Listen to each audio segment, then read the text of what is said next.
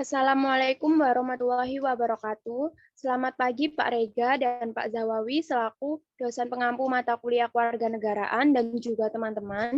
Di sini kami dari kelompok 11 akan mempresentasikan hasil diskusi kami mengenai Project Citizen program Kartu Indonesia Pintar Kuliah. Sebelum itu, kami akan memperkenalkan diri kami masing-masing. Perkenalkan, saya sendiri selaku moderator, Arden Stalin Lubano Fakrullah dari NPM 001, dan selanjutnya rekan saya, Nama saya Lulu Syarafadina Aldianti, NPM 030. Selanjutnya rekan saya. Nama saya Liif Ayu Luxianto, NPM 298.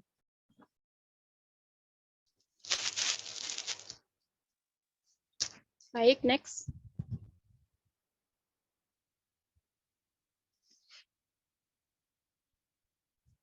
Untuk yang pertama adalah latar belakang. Latar belakang dari penulisan makalah ini adalah sistem pendidikan nasional memiliki peran strategis dalam mencerdaskan kehidupan bangsa dan memajukan ilmu pengetahuan dan teknologi.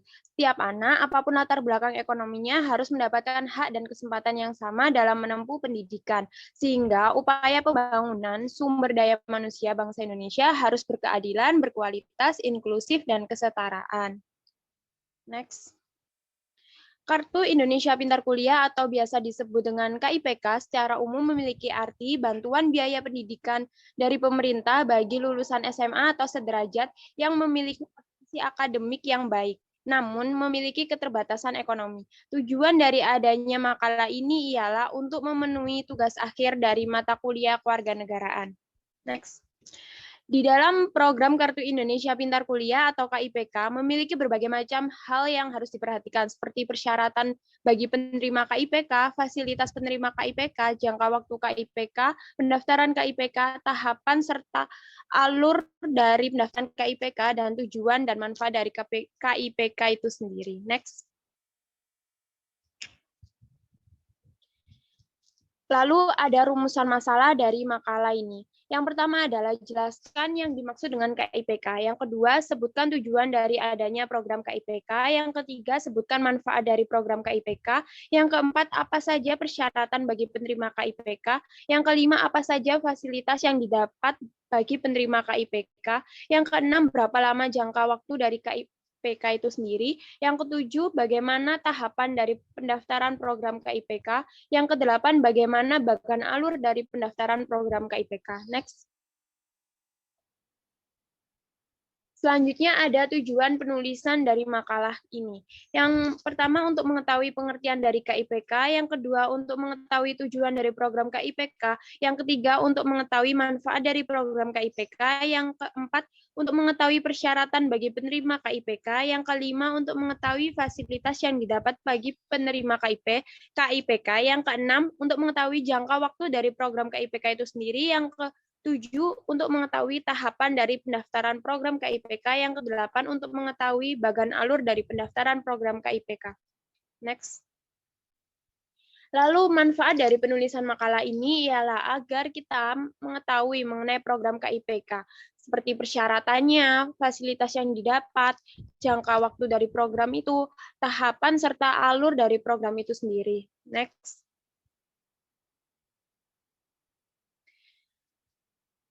Lalu yang pertama, kita masuk ke dalam pembahasan fasilitas negara untuk warga negara. Yang pertama adalah deskripsi dari Kartu Indonesia Pintar Kuliah. Kartu Indonesia Pintar Kuliah atau KIPK adalah sebuah program bantuan biaya pendidikan dari pemerintah bagi lulusan SMA atau sederajat. Syaratnya memiliki potensi akademik yang baik, tetapi memiliki keterbatasan ekonomi. Untuk materi selanjutnya akan disampaikan oleh rekan saya.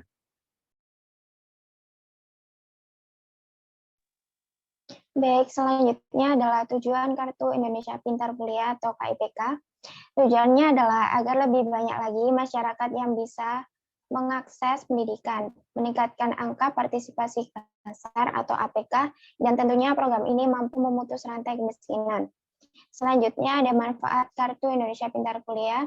Yang pertama yaitu pembebasan biaya pendaftaran seleksi masuk perguruan tinggi UTBK, serta Seleksi lain yang diusulkan oleh masing-masing panitia dan perguruan tinggi bagi siswa yang terdaftar di DTKS Kementerian Sosial. Yang kedua, pembebasan biaya kuliah atau pendidikan yang dibayarkan langsung ke perguruan tinggi. Dan yang terakhir, bantuan biaya hidup bagi mahasiswa. Next.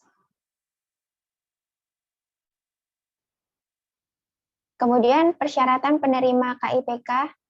Persyaratan bagi calon peserta didik penerima program KIPK antara lain, yang pertama, penerima KIPK adalah siswa SMA atau sederajat yang akan lulus pada tahun berjalan atau lulus 2 tahun sebelumnya. Yang kedua, memiliki potensi akademik baik tetapi memiliki keterbatasan ekonomi yang didukung dengan bukti dokumen yang sah. Yang ketiga, lulus seleksi penerimaan mahasiswa baru dan diterima di perguruan tinggi negeri atau perguruan tinggi swasta pada program studi dengan akreditasi A atau B, serta dimungkinkan dengan pertimbangan ketentuan tertentu program studi akreditasi C. Selanjutnya ada persyaratan bukti data dari calon penerima program KIPK. Yang pertama, keterbatasan ekonomi dibuktikan dengan kepemilikan program bantuan pendidikan nasional dalam bentuk KIP atau berasal dari keluarga peserta program Keluarga Harapan, keluarga pemegang kartu keluarga sejahtera, serta mahasiswa dari panti sosial atau panti asuhan. Yang kedua, untuk calon penerima yang belum memiliki KIP atau orang tua atau wali yang belum memiliki KKS, maka dapat tetap mendaftar dengan cara membuktikan pendapatan kotor gabungan orang tua atau wali sebesar 4 juta rupiah atau pendapatan kotor gabungan orang tua atau wali dibagi jumlah anggota keluarga maksimal 750.000 rupiah. Next. Selanjutnya ada fasilitas penerima KIPK. Yang pertama, pembebasan biaya pendaftaran seleksi masuk perguruan tinggi UTBK serta seleksi lain yang diusulkan oleh masing-masing panitia dan perguruan tinggi bagi siswa yang terdaftar di DTKS Kementerian Sosial. Jadi bagi siswa yang terdaftar di Data Terpadu Kesejahteraan Sosial Kementerian Sosial, untuk UTBK tidak dipungut biaya sepeser pun. Yang selanjutnya adalah pembebasan biaya kuliah atau pendidikan yang dibayarkan langsung ke perguruan tinggi. Jadi untuk mahasiswa yang sudah mendapatkan KIPK, otomatis langsung UKT-nya langsung dibayarkan ke kampus. Yang selanjutnya adalah bantuan biaya hidup. Bantuan biaya hidup mulai tahun akademik 2021-2022, biaya hidup ditetapkan oleh Puslapdik berdasarkan perhitungan besaran indeks harga lokal dari masing-masing wilayah perguruan tinggi. Next.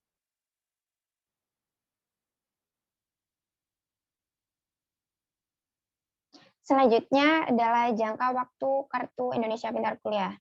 Yang pertama yaitu program reguler, sarjana maksimal 8 semester, diploma 4 maksimal 8 semester, diploma 3 maksimal 6 semester, diploma 2 maksimal 4 semester, diploma 1 maksimal 2 semester.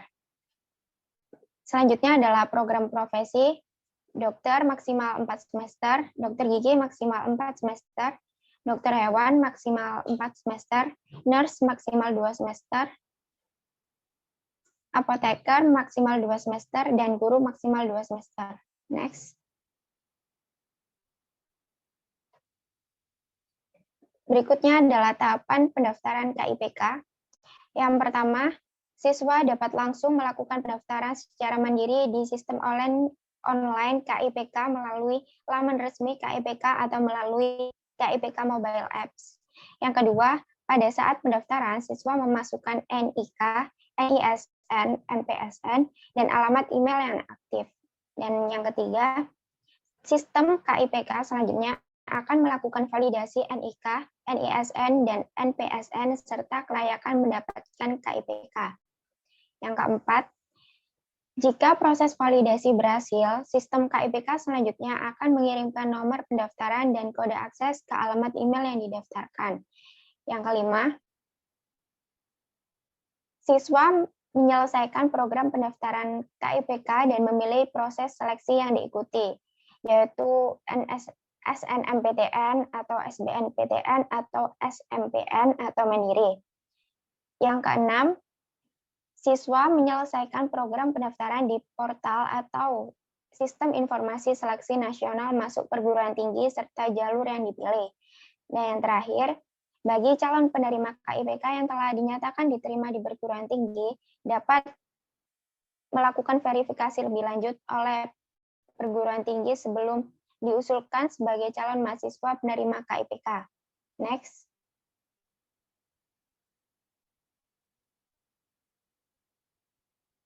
Berikut adalah alur pendaftaran KIPK, bisa dilihat dalam gambar berikut. Selanjutnya akan dipaparkan oleh rekan saya, dipersilakan. Pemberian warga negara untuk negara. Yang pertama, memberikan prestasi akademik kepada universitas maupun negara penerima KIPK harus memperoleh nilai IPK minimal 3,00 setiap semesternya dan harus menyelesaikan pendidikannya tepat waktu, yaitu 8 semester. Penerima KIPK juga disarankan untuk aktif mengikuti lomba akademik seperti Olimpiade Sains Nasional, Olimpiade Manajemen Nasional, Olimpiade Akuntansi dan Perpajakan tingkat perguruan tinggi, dan masih banyak lainnya. Yang kedua, memberikan prestasi non-akademik kepada universitas maupun negara penerima KIPK harus berperan aktif mengikuti organisasi di perguruan tinggi mereka, seperti BEM, HMM, dan UKM. Selainnya itu, penerima KIPK harus rajin mengikuti seminar untuk menambah wawasan mereka, serta sebagai syarat dalam pengisian LPJ. Yang ketiga, membanggakan nama sekolah. Penerima KIPK membawa nama baik sekolah asalnya karena perguruan tinggi yang dituju akan tahu bahwa siswa-siswi dari sekolah tersebut mayoritas berprestasi. Selain itu, hal ini membuat peluang yang lebih besar untuk adik kelas lolos di perguruan tinggi yang diinginkan.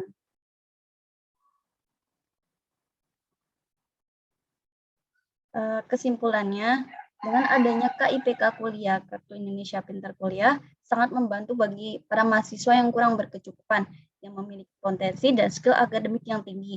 Mereka dapat belajar dengan tenang tanpa memikirkan biaya kuliah, karena tidak akan dipungut biaya sepeser pun. Mereka juga akan diberikan subsidi biaya hidup yang biasanya senilai Rp700.000 per bulan. Subsidi ini disesuaikan dengan pertimbangan biaya hidup sesuai dengan wilayah masing-masing mahasiswa.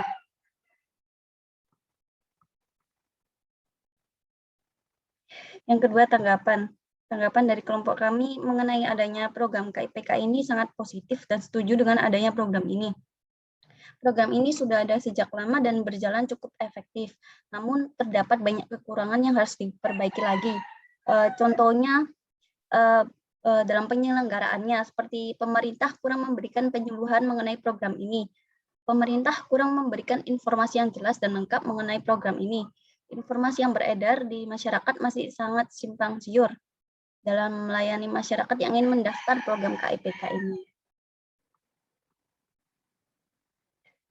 Kritiknya, program ini sudah baik, namun masih terdapat beberapa kekurangan seperti informasi dalam menangani program ini masih simpang siur, proses pengajuan pendaftaran program ini masih cukup sulit bagi orang yang awam, dan untuk bantuan dana KIPK ini harusnya terbagi rata dan tidak membeda-bedakan akreditasi setiap perguruan tinggi.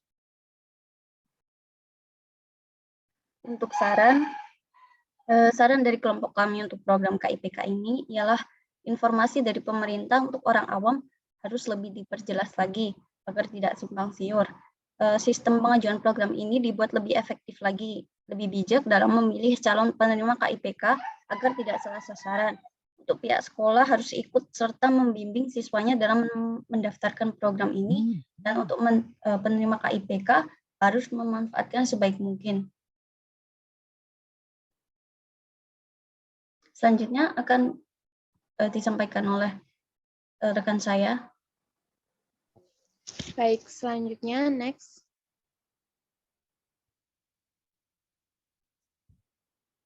Berikut adalah beberapa daftar pustaka yang menjadi referensi kelompok kami. Next. Sekian dari kelompok kami. Terima kasih atas perhatiannya. Semoga presentasi dari kelompok kami sangat bermanfaat. Kami tutup. Wassalamualaikum warahmatullahi wabarakatuh.